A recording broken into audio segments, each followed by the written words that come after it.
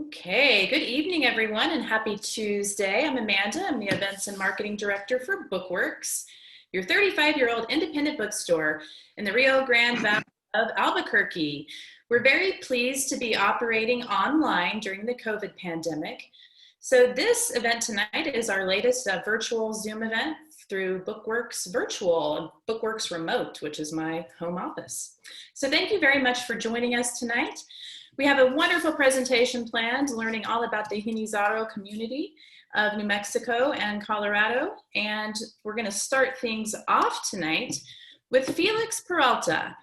Felix is a member of the local Genizaro community and a well-known musician. You probably know him from his band Felix y los Gatos. He's also part of Dos Gatos and a solo performer. A man of all trades, I have to say. He does a lot of work around town here too when he's not playing music, but he keeps himself pretty busy doing that. He just launched his new song, Comanche Highway. He's going to play that for us now. Felix, take it away. Here we go.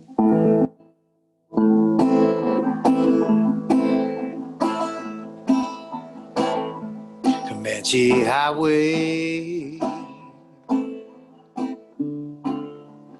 passing through the canyon.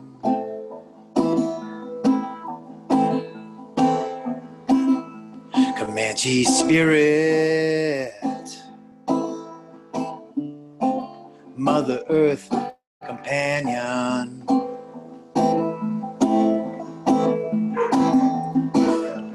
Captured by the unknown, I'm a landless Genizaro.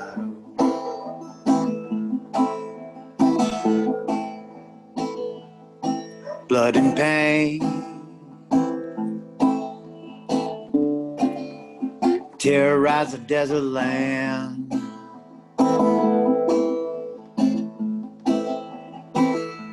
Servant soul, I just can't understand. Like a pelt of buffalo, I'm a landless Genizaro.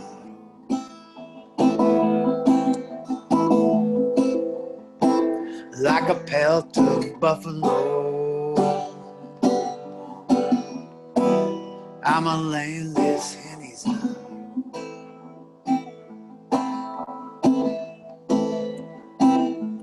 Once a warrior on the eastern plains I ride,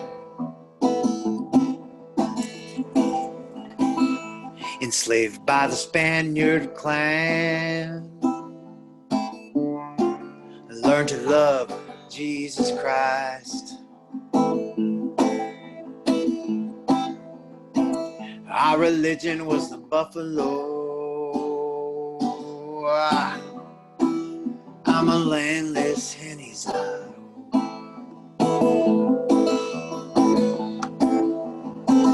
Our religion was the buffalo.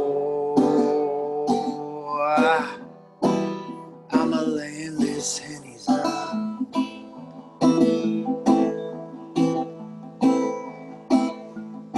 Comanchera, coyote de Apache,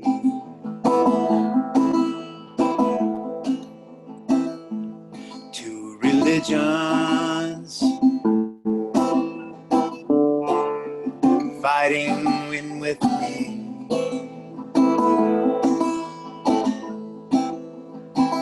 Like a pelt of buffalo, I'm a landless Genizaro.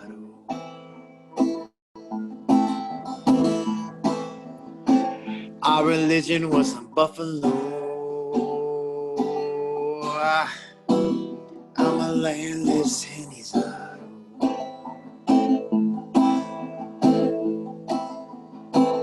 Our religion was the buffalo. I'm a landless Genizaro.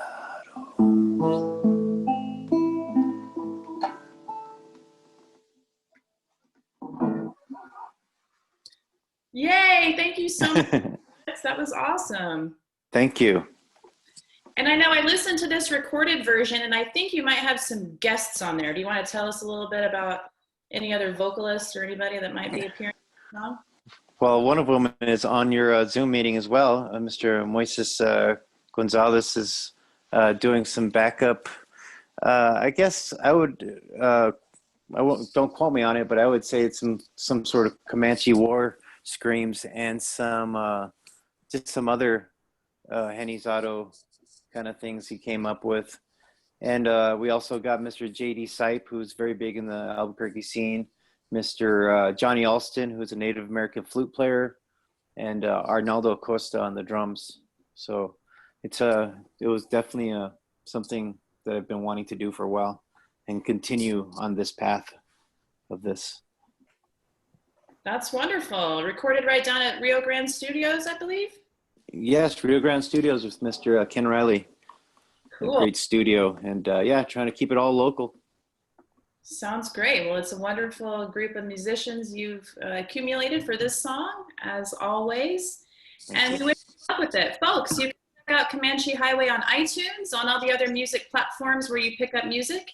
And if you'd like to leave Felix a tip for his song tonight, you can do that on PayPal. So thank you so much, Felix, for sharing that with us to open up our event. We really appreciate it. Thank you so much. All right, we're going to dive into this book, folks. We're here to talk about slavery in the Southwest, Genizaro Identity, Dignity, and the Law. Joining us tonight are co-authors Bill Piatt and Moises Gonzales. Moises is a local here to Albuquerque. He teaches as an associate professor in the School of Architecture and Planning at the University of New Mexico.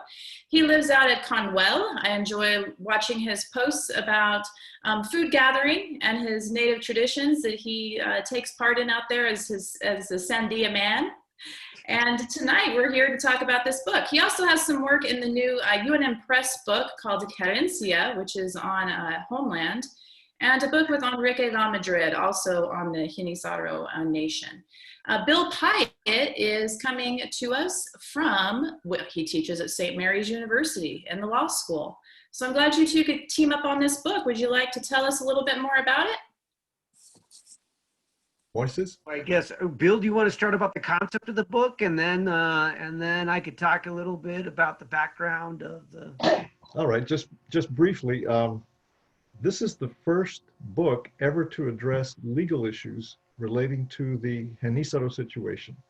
And I came into this because of my background and interest in human rights, constitutional law, race relations. Had the very good fortune to meet Moises, and we began collaborating on a project. And through Moises, I've learned a tremendous amount of the history of the Genizaro people, Genizaro Nation. And our discussions led us to decide that we would want to make the legal aspects of the Genizaro situation apparent in an attempt to eliminate some of the badges of servitude that are still imposed as a result of the slavery that occurred and the loss of tribal identity. And so I'll let Moises talk about the history, and then I'll come back and talk about some of the legal concerns. Okay, thank you, Bill. And Amanda, thank you for the introduction to the book. So what I want to talk a little bit, spend a few minutes, is kind of talk a little bit about the, how Genizaro identity and people came into existence, in terms of how, how that history unfolded. How did that relate to the caste system in colonial New Mexico? How did that set the groundwork for, in terms of where we are today, where, we have this structure that Bill's going to talk about, this legal structure and rights in ways in which the American system created legal systems of indigenous identity, and how Genizaro culture, identity, indigenous identity relates within that structure from a legal context. So to give you a little bit of background about myself, I'll start off talking about myself, and then kind of in terms of other communities. So I'm a member of the Cañón de Carnuel land grant, which is situated at the mouth of Tijeras Canyon and extends all the way through the canyon. Our community was established in 1763 by Tomás Vélez Gachupin, who was a governor, but really seen as the architect of Genizaro settlements. So ours was one of those settlements that was set up to become pretty much a buffer land settlement between the Comancheria and the Apacheria. So if you think about the Sandia Mountains and the Carnuel Canyon, the Canyon of Carnuel, Tijeras Canyon, you could picture, if you look, we think of the Jicarillas mainly being around Dulce where they were moved, but the Jicarilla were primarily on the northeastern plains from basically Mora out towards what would be present-day Wagon Mount down to basically down to Edgewood and up to the Sandias, where the Mescaleros area into the 18th century was pretty much basically the Manzano range down all the way to the mountain range all the way down to El Paso. And then if you look at that eastern plains, we had primarily bands of Comanche and then also to the northeast, Utes and Kiowas, right? So after the Pueblo Revolt, we think about how did Genizaros come into being? Just in a nutshell, the quickest definition that I could say, and we get more into this in the book, is the term Genizaro was created in the 18th century, and because of inter-warfare amongst different groups, and I'll go into more detail of that in a minute, mainly plains nomadic groups. What happened is you had between these skirmishes between the Spanish militias and the Pueblos united against these nomadic people. What you had is captives going the ways of Pueblo and Spanish people being captive by nomadic peoples, and then you had in other battles and skirmishes, you had a lot of folks even that were basically landed up in Hispanic villages or even Pueblo villages that were basically landless. It got to the point that some of these communities by the 1730s, 1733 to be exact, the first group of Genizaros actually filed for a petition for their own land, for their own land grant. The land grant that they are trying to acquire is basically what's the present day called the Sandia Tract, which is by Alameda. If you may know that after the Pueblo Revolt, a lot of the Tewas and Tiwas and Tanos migrated out to Hopi, and then eventually migrated, and then within the Sandia Pueblo, there was a priest that wanted to bring the Tiwas back to Sandia. So the governors denied the request by the Genizaros, basically because they wanted to bring the Tiwas back. In this application, it's interesting because it's the first time that Genizaros are claiming their own identity. They're claiming in this petition that they don't fit in with the Pueblo communities and they don't fit in with the Hispano communities. And because they're the mix of these nomadic tribal nations, they feel that they really represent and culminate into one. Their argument is that they are their own nation. So then back to the Pueblo Revolt. So the Pueblo Revolt happens. A couple things happen, right? So if you look at Popeye, he wanted to bring Spanish society in a more pre-colonial, pre-Spanish contact society. So a lot of the horses were run out, and the Utes and the Comanche were the first equestrian people to adopt the horse and actually become really good at it, right? And then you see how the Dene and the Navajo adapted the sheep, and how the sheep started to transform Dene Navajo culture, right? So by the time you reach the early 18th century, you have these 500 horseback Comanches doing raids around the Pueblos and the lower Santa Fe in and around Albuquerque, to the point that basically the empire, I mean, not the empire, well, the northern province of New Mexico, I guess within northern Spain, was hanging on a shoe thread. And that's when de Anza's asked to come in. And of course, there's a skirmish and with battles with the Comanche. And then there's a peace accord with the defeat of Chief Greenhorn up in Colorado. And then this allows for this peace accord to allow for the Comanche to freely to trade as long as they don't raid. So up around this mid 18th century, you have this one governor named Tomás Vélez Gachupin, and he becomes the architect of Genizaro settlements.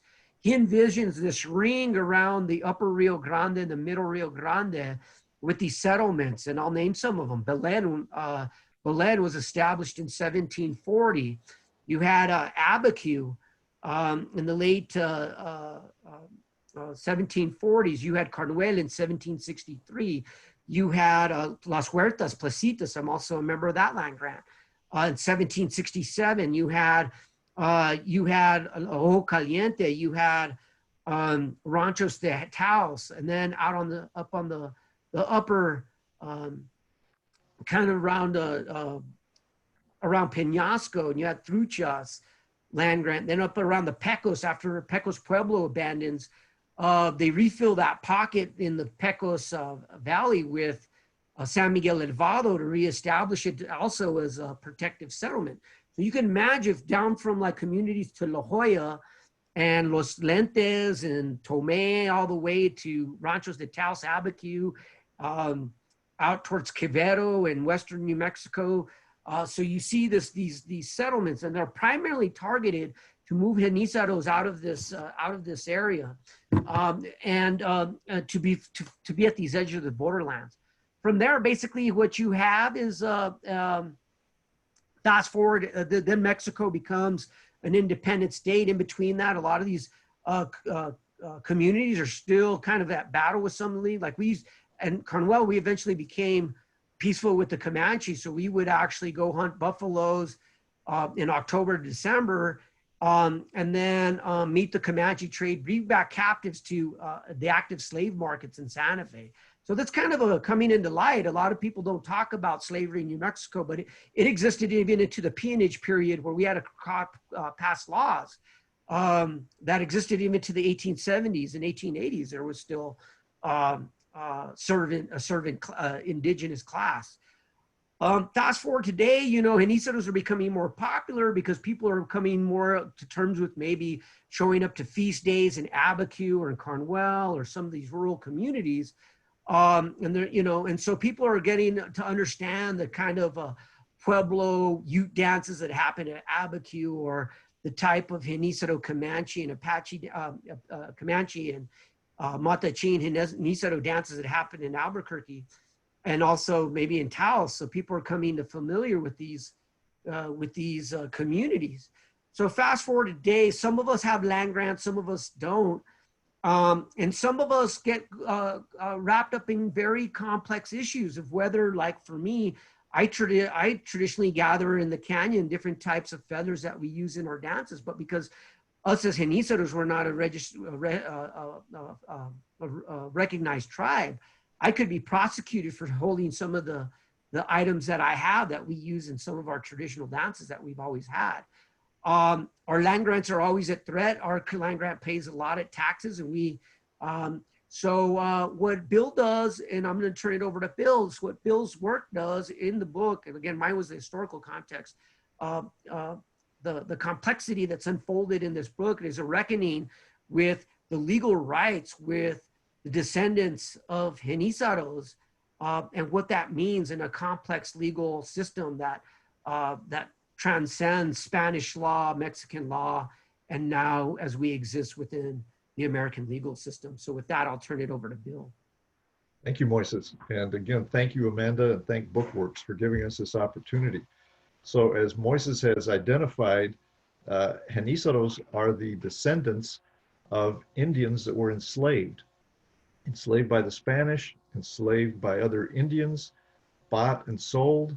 The extent of the slavery is incredible. By the late 1700s, the estimates are that a third of the population in New Mexico were people who were held, indigenous people who were held as slaves. Most of the slaves were taken when they were young, or women were taken, bought and sold. And when that happens, they lose their tribal identity. Okay, fast forward now. The United States has recognized the horrors of the mistreatment of Native Americans, and to its credit has created some opportunities for redress. But unfortunately, those opportunities are only available to Indians and Indian tribes that the United States government recognizes as such.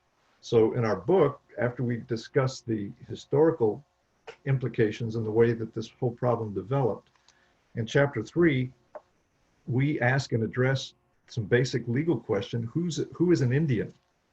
What is an Indian tribe? And why does it matter? Okay, and a real simple answer to who is an Indian is not so simple. The Constitution doesn't define it. There are like 33 different places in the American statutes where Congress has created programs for Indians and doesn't really define who qualifies. The one simple place where people can identify as Indian is on the US Census. People have the opportunity to identify themselves as Indigenous Native American. And the federal government would recognize that to the extent of counting for the census purposes. But basically an Indian, for purposes of the federal government, is somebody who belongs to a tribe that the federal government recognizes. Right now, the federal government recognizes 563 tribes and nations, 230 in Alaska, the remaining 339 scattered throughout 34 other states. And in New Mexico, there are 23 federally recognized tribes. All right, I want to talk about the disadvantages people have who are not a member of a federally recognized tribe. But in identifying this, we by no means are suggesting that the federal government or state governments should in any event step back from attempting to assist the process of compensating or addressing the difficulties that Native Americans were put into by actions of the government.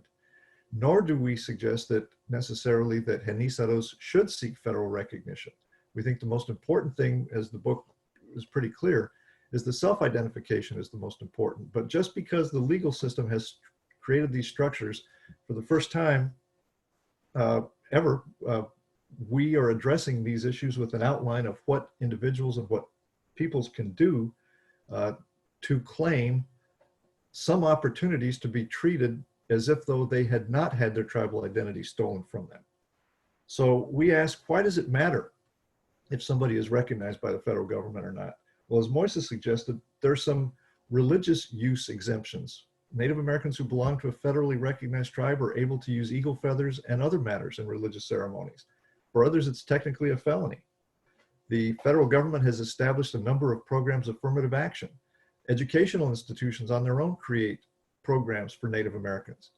And the opportunity for creating gaming institutions, of course, is obvious, but there's a whole lot of big things and little things that go along with the federal recognition. All right, federal recognition is almost impossible to achieve. There are basically 3 different ways you can go about doing it. The Bureau of Indian Affairs has a process where tribes can apply, and they maintain a list on the Department of the Interior's federally recognized Indian tribe list of 1994. So let's assume for just a minute that there are some folks in New Mexico or elsewhere who are indigenous, who identify as indigenous, who know through family histories that they descend from Native Americans, but who in the official records may reach a dead end because they will see an ancestor listed as a criada, a servant in a Spanish household, or somebody just all of a sudden appears on a baptismal roll with a Christian name. And it's obvious when you go back, when you know the history, that these are people who had been enslaved. When the Spanish colonized, they didn't bring enough of a labor force, and the people that they brought didn't want to do the manual labor, so they turned to the indigenous population. They enslaved indigenous people. They bought and sold indigenous people. They transferred indigenous people to the households of the wealthy Spanish colonists. And some of the Plains Indians would come into town and sell children and women primarily as slaves. So one of the difficulties, if a group now wanted to claim recognition by the federal government, the complications are incredible. Under the federal regulations, the Indian group would have to show that it had been in existence since before 1900, would have to show that more than 50% of the group either reside in an exclusive area for the members of the group, that the group has maintained political influence or authority over its members, has to provide a copy of its governing document, has to show that its membership consists of individuals who descend from a historical Indian tribe. How can a descendant of somebody who was enslaved and removed from their tribe prove the identity to a historical Indian tribe? You can do a DNA test. And all the DNA test does is it would reveal a high percentage of indigenous blood, but it doesn't list a tribe. So going through a BIA approval route is almost impossible. In fact, recently there was a survey, and out of like over 300 or 400 applications that were submitted, we go through this in the book, in a 20, 30 year period, only 17 were approved. About 18 or 19 of those resulted in the tribe merging with another tribe and therefore getting recognized. Or in addition to going the BIA route, you can appeal directly to the Congress of the United States. The Congress of the United States could enact a law recognizing a tribe. Or people could go to court and seek recognition. And that's the relief that might be available to individual Genizaros while the communities decide how they want to structure, how they want to operate, because the state law does give opportunities for Genizaro communities to organize as not-for-profit corporations or as land grants. The state of New Mexico, in fact, has recognized Genizaros by resolutions in the New Mexico House and New Mexico Senate. But that doesn't give the federal recognition that we've talked about regarding some of these other matters. There are other things that individuals can do. For example, suppose there is a student who's interested in applying to the universities. Right now, universities, to their credit, still recognize affirmative action and will grant to a Native American student the opportunity to study in order to make up for some of the past discrimination. But how do universities determine if somebody is Native American? Well, Moises and I also wrote, along with Katja Wolf, we wrote an article that appeared in the University of New Mexico Law Review, because we found that, and I've been a law professor for a number of years and former dean of St. Mary's University School of Law. When the law schools give people an opportunity to identify themselves as minority for purposes of affirmative action, if someone lists they're African American or Hispanic or Asian, the school doesn't have identity police that goes out and checks people to see whether they're really black. But if someone claims to be Native American, the schools require proof of that Native American identity, usually through the proof of a tribal enrollment card. However, some schools have said, though, the American Bar Association has said, law schools, for example, can not only rely on the card, but they can also look to a person's heritage. And yet we surveyed law schools and we found out they weren't doing that. The institutions, the greatest institutions training the greatest legal minds in the country, some of the most elite law schools you can imagine, had to admit that they weren't allowing anybody to make an application and claim indigenous status on a heritage statement. So what Moises and I have done on page 110 of our book is we prepared a template for a heritage statement. So that if there is a student, somebody who's trying to get into college, even though it may take decades for that group to get federal recognition, even if they decide to pursue it, the individuals can claim the identity that is theirs and that the government should recognize and that the government can recognize, and we identify how that process could take place. Some other things that we talked about in the book. In chapter 4, we discussed whether Genizaros should even pursue recognition. There are some downsides to it because the Bureau of Indian Affairs becomes a trustee of the lands of the tribes. And you know how well that's worked in some instances. But there are some practical things that communities could consider. And there actually may be some subgroups of Genizaro communities in New Mexico and elsewhere who would have a fairly good chance of recognition. The process might take decades, but they might be able to accomplish the proof that is required to become a federally recognized tribe. In chapter 5, we talk about the legal framework for recognition or validation. Assuming there's a group that wants to proceed, we outline how that could take place.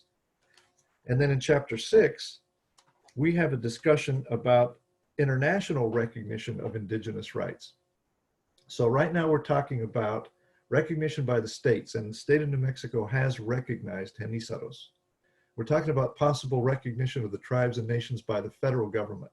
And that seems like a long shot just because of the record keeping and because of the horrible bureaucratic obstacles that are placed in the way of any group that seeks to be recognized as an Indian tribe. But there's something else to consider, and that is the United Nations. The United Nations obviously can't enforce any domestic rights, but in 2007, the General Assembly of the United Nations adopted the United Nations Declaration on the Rights of Indigenous Peoples. Bottom line is, nobody dissented. The United States withheld approval for a while, but then finally went ahead and consented. That United Nations Declaration on the Rights of Indigenous People is incredible. It offers a number of specific guarantees of rights, including that every indigenous individual has a right to a nationality, have the right to self-determination, have the right to autonomy or self-government in matters relating to their internal and local affairs. They are free and equal, indigenous people, free and equal to all other people and individuals, have this right to be free from any kind of discrimination. They have the right to the full enjoyment as a collective or as individuals of all human rights and fundamental freedoms as recognized in the Charter of the United Nations. Now, there is no enforcement mechanism. You can't go to the United Nations and ask them to order the state of Texas or New Mexico to do anything. But the United Nations in the past has sent investigators upon request into different communities to report on the status of the treatment of the indigenous people. And one possibility could be at some point appeal to the United Nations to send an investigator to prepare an examination and a report detailing some of the issues. And it wouldn't just be for Genizaros. There are other groups right now that are still going through this same struggle. The Lumbees in North Carolina, descendants of slaves, Black Indians in the parlance in that part of the country, they have been engaged in about an 80-year battle for recognition. They came this close to getting an act of Congress, but then because one of the tribes that was recognized in the area by the federal government felt they might be threatened by operating a competing casino, although the Lumbees said we're not going to do that, but that got held up. There are other groups of indigenous people in the United States who are not federally recognized, but who are indigenous, who maintain the culture, the traditions, the contact. I'm thinking of in Texas, the Top Pilam Nation, the American Indians in Texas, a relatively similar history.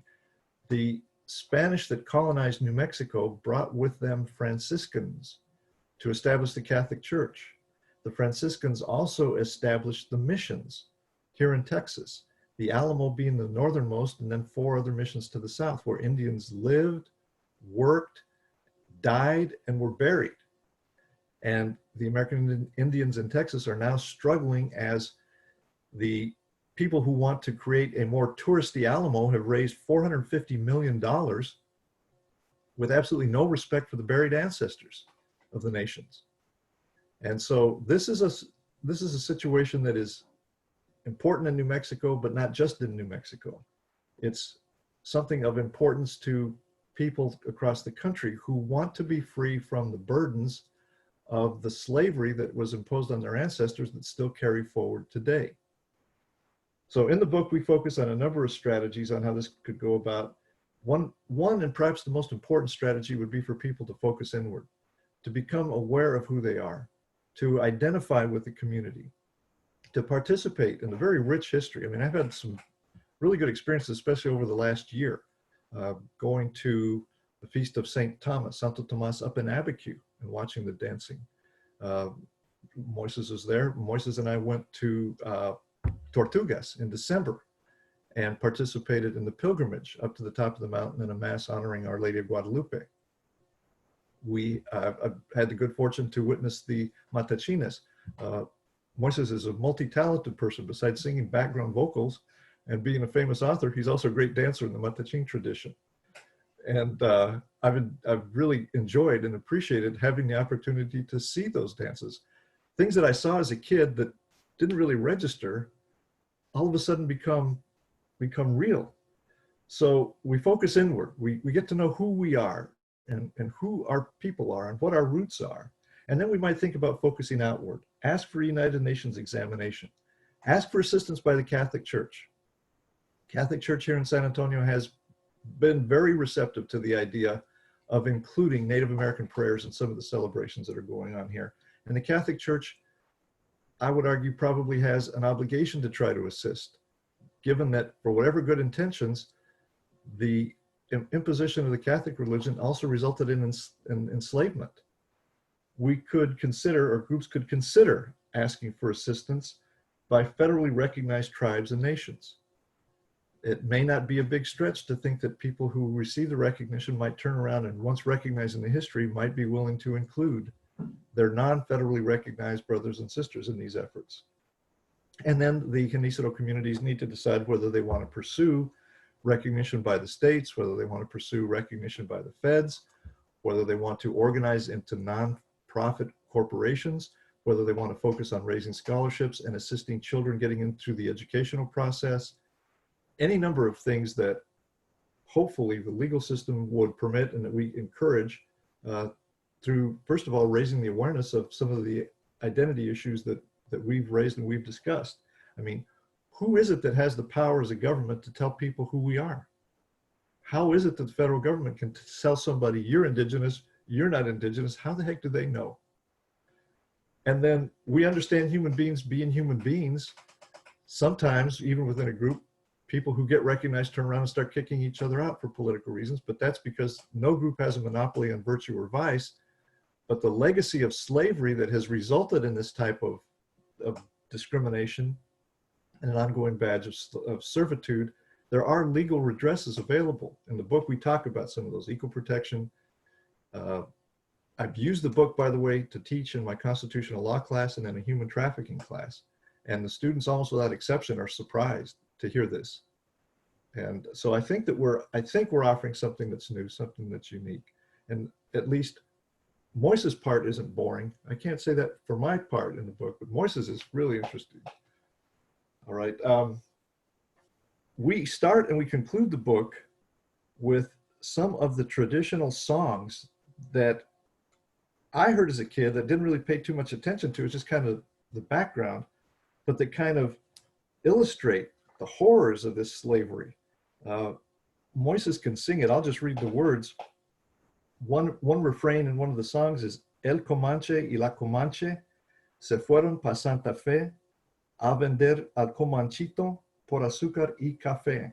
The Comanche and his wife went to Santa Fe to sell their little Comanche captive, or someone captured by the Comanches, for sugar and coffee. At the end of the book, we include a segment from another song that's still being sung in northern New Mexico that I heard that, again, as a kid. It was part of the background, didn't really understand it.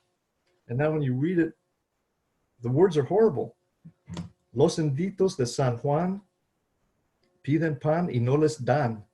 En el tronco del corral comenzaron a llorar, which is roughly a reference to the captures of Indian children and holding them in a corral at San Juan Pueblo. The translation: the little Indian children of San Juan Pueblo ask for bread, but none is given to them.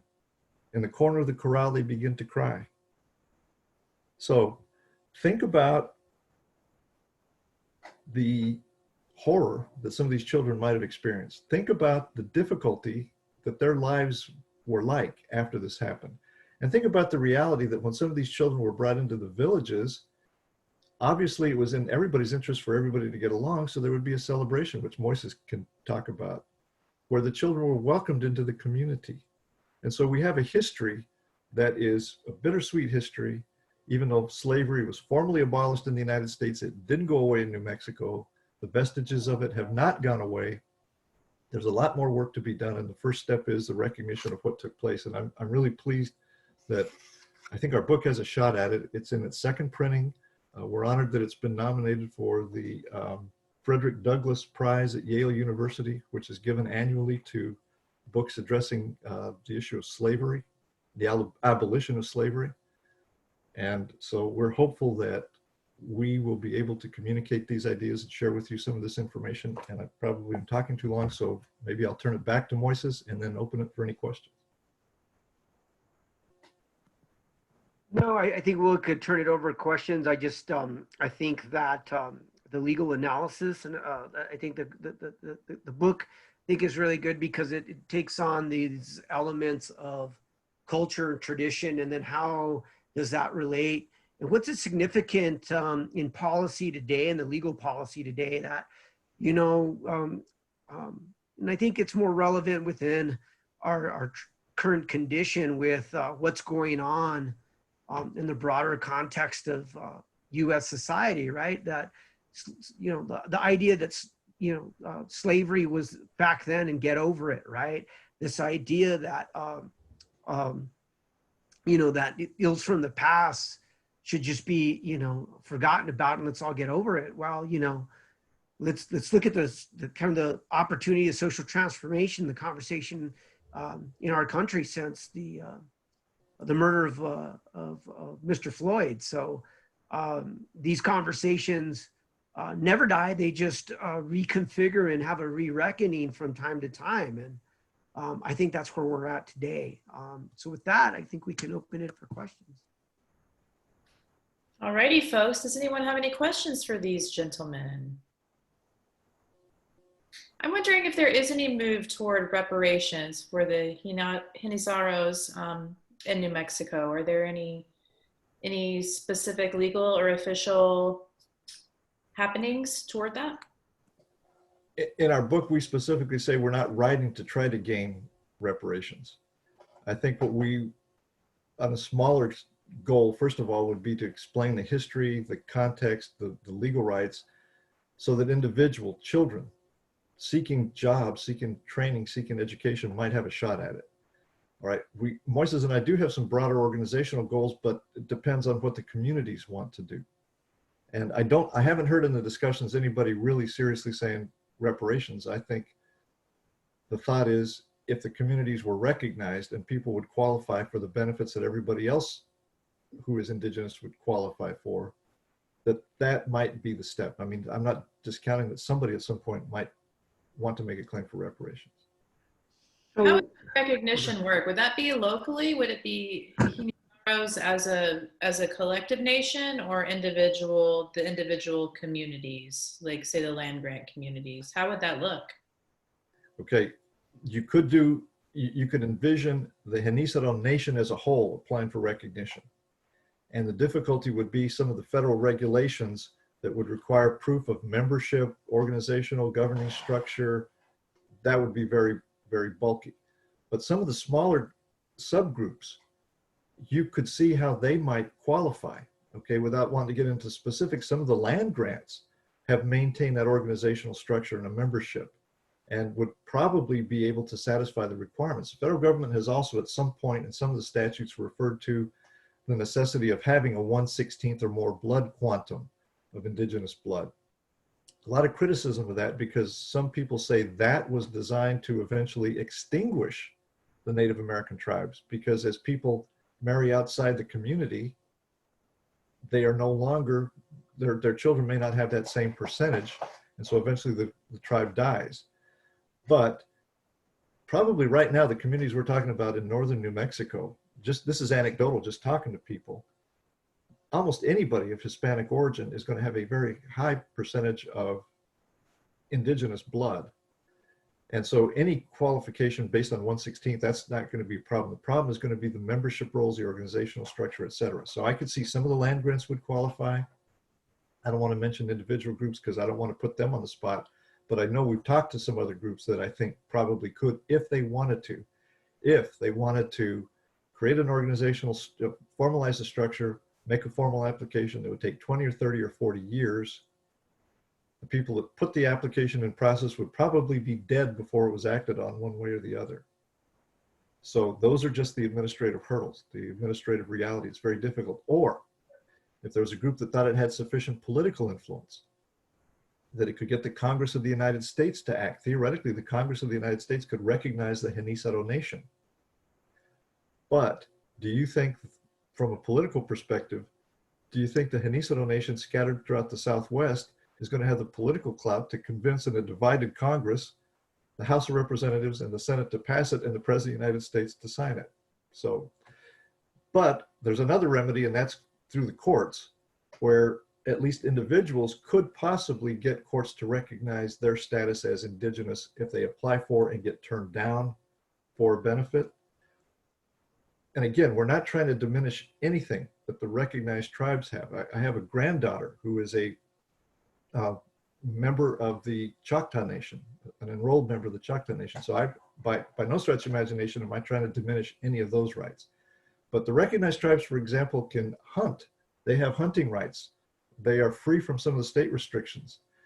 If Carnuel was recognized, people from that land grant could hunt without having to be bound by the state regulations, just like other indigenous groups have access without those same type of restrictions.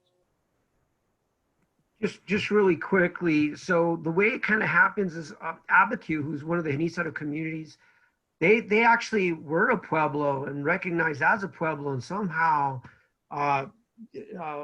in the period of early American history just kind of stopped getting the kind of sort of support, I guess, by the BIA and whatnot. So they've had conversations of they themselves going back and addressing their land loss. The Cañón de Carnuel land grant, we were subject to a U.S. Supreme Court decision that shrunk our land holdings from about 60,000 acres to 2,000 acres. And in that court ruling, it was suggested that Congress make some sort of equitable kind of solution to that. And that's never happened.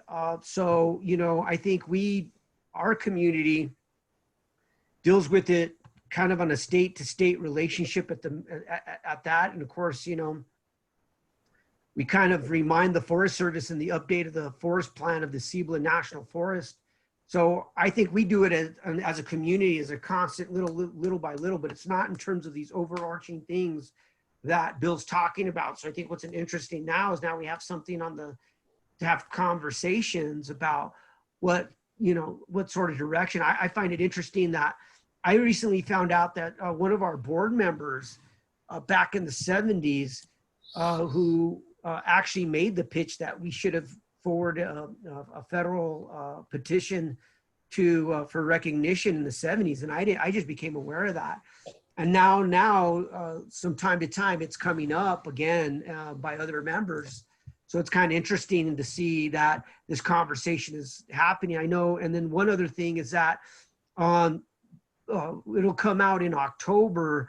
Nightline's doing a special edition on reparations in the U.S. and they're addressing Native American, African American, and Chicanos in the Southwest. And one of the segments that they did on the Southwest is they did some filming in Carnuel and talking to us. So that'll air in the middle of next month on Nightline. So these conversations are happening, and I think as Bill mentioned, there's varieties of strategies that we can now employ in our conversation and in our self-advocacy. Excellent. That's great news. And as Robin notes, maybe part of the holdup here is that a lot of people want to deny the reality of how the culture was created, and that is through slavery. So that's pretty hard reckoning there. Brandon Bowe says, what about Genizaro descendants in other states? My mom is from New Mexico and comes from 50 to 60% native DNA. I found few ancestors and baptisms, and my grandfathers were noted as Genizaros, Indians of the Pueblo from the late 1700s, but his family is mostly in Colorado. Do you guys have anything to say about that connection to Colorado? One thing I would suggest is we have a Facebook page, Genizaro Nation. It's a closed group, but I would encourage Brandon, if he wanted to, send us a request so that we can include you and you can at least see the discussion that's going on, and that might give you some ideas. And that's been one way that we've been able to stay in contact with peoples who have scattered. I mean, we have people in California that are members of the page. We have people all over the place. And in the book, by the way, we talk about the international experience. We talk about the Métis in Canada. We talk about the problems Australia, New Zealand. So it's a worldwide discussion. we're basically American Southwest. But Brandon, I would encourage you, send us a Facebook request to Genizaro Nation. Anybody else who's interested too. All right, I'll put that in the chat. I think I found it. I think that's the correct link there. Okay, we have another comment about how Robin says she has a close friend who is probably Genizaro, but insists that he's a 14th generation Hispanic. Moises, do you want to talk about that specifically, about how maybe people are denying one and claiming the other? And I know you've been involved in a lot of activism around this lately. Maybe there's some kind of current events you want to speak about as well.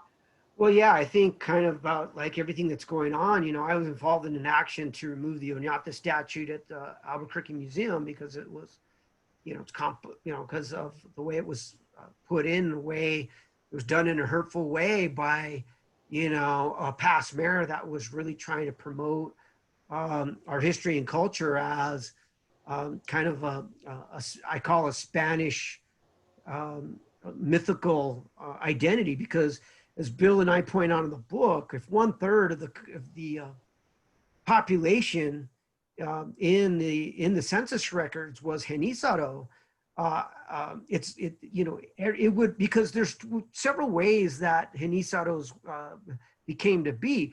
One was they were put in communities like we talk about, but like Bill mentioned, in terms of individuals, one could learn that they were brought in several generations as slaves, and they're just kind of finding that out, and maybe heard some stories and whatnot. So, and the thing is one of the things, and this, one of the things that's kind of this book lines well, if you want to read this book along with Nación Genizara, kind of correlate, because one of the things that our book does, and I think also this other book does, is that it poses the question that if you are of Hispanic identity, even Pueblo identity, somewhere in your existence, you probably had a Genizaro ancestor, just because of the significance of population. You either lived in, because even other Pueblo scholars, just say this real quick, is Dozier, in his book, The Pueblos of North America, Edward Dozier, he was one of the first Pueblo scholars.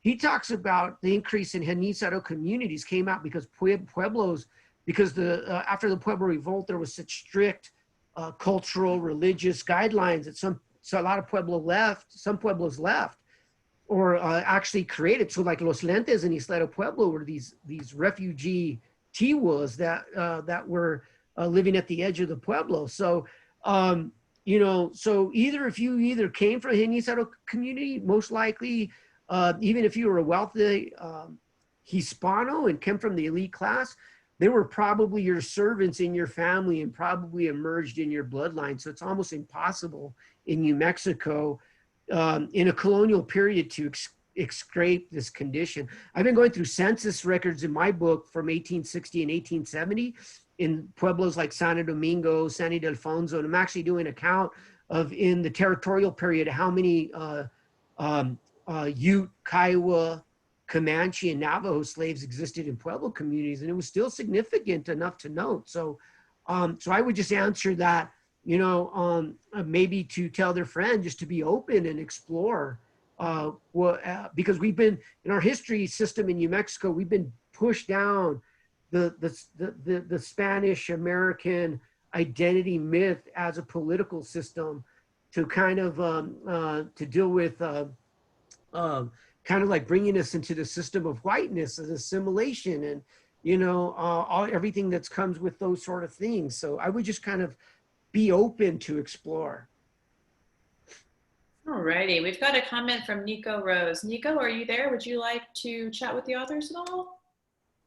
It looks like Nico was involved in some work with the Little Shell tribe of the Chippewa, which is evidently a tribe that has received recent recognition. I'm jumping through all those legal hoops that Bill was speaking about. And evidently, this happened first at the state level. Are you there, Nico? I am. Can you guys hear me? Hi. Yes. Hi. So I actually was born and raised in Montana. That's my father's side is here, and my mother's side is from New Mexico and then southern Colorado. And the Little Shell tribe of the Chippewa have been trying for federal recognition for over 80 years. However, in December 2019, all of the House resolution and the Senate resolution both passed, and then Trump signed into law that the tribe was federally recognized. And part of those two bills included around 200 acres of land to start their own reservation. And if either of the authors were interested in being put in touch with some of the folks who are in the Little Shell tribe, I work in Indian country up here and have worked with the tribe. So if anybody's interested in talking with some people who have had to deal with getting state recognition and federal recognition over the years, because they're the most recent tribe who's gotten recognition that I know of in probably the last 40 or 50 years. I'm more than willing to put people in touch. Thank you, Nico. Yeah, I would definitely like to take you up on that. I know you and I have exchanged some messages in the past and conversations a little bit, but I'd like to continue and actually follow through with you and actually make those connections and those relationships. Because, you know, these conversations are definitely happening now. Yeah, I'd be more than happy to, you know, reach out on Facebook, and then we can become friends in real life. Okay. So I actually might be getting transferred to Albuquerque in the next year, so we should probably talk soon. Okay, cool. Nice. All right. Thank Thank you so much, Nico. I like to hear that success story. It sounds like this process is really long, and it usually takes maybe 2 or 3 generations before anything can happen. So I can see how it would be a difficult thing for tribes to endure, especially right now. Anybody have any closing thoughts or any more questions that they would like to pose to these authors? I was wondering for Moises, I wanted to just ask you generally about your identity as a member of this community, and if you feel like it's changed substantially over time, and maybe what any of those changes might have been sparked by. Can you talk at all about your personal experience and how that might have changed over time? Yeah, I think they haven't really changed much on the ground. I mean, especially, in the villages that we're talking about. Like if you go to Abiquiu, the kids are still doing the same things.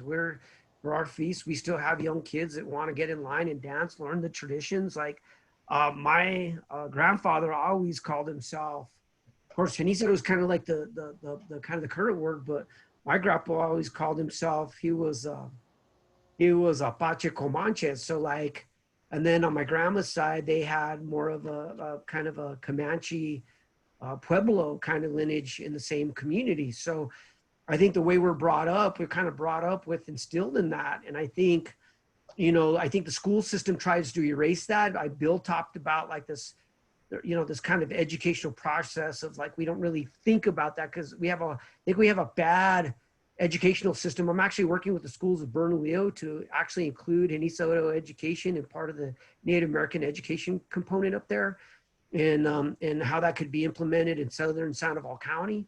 And so that's becoming more important. So I think for me on the ground, I think I wouldn't be in the dances involved in the land grant.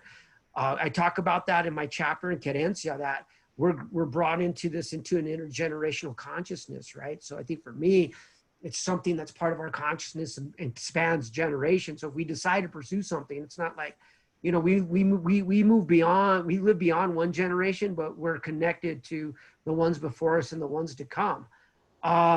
Where I would like to see is that this whole erasure of this dominant Spanish American myth that creates a sense of, I would like to say, almost a mythical system of oppression and racism that's kind of embedded within and conveniently implanted within this system of American white supremacy. I'd like it to be addressed in our school system where it's more broadly talked about, because even my mom grew up in Santa Fe. She's a little different. She asked when she went to school, what did she learn?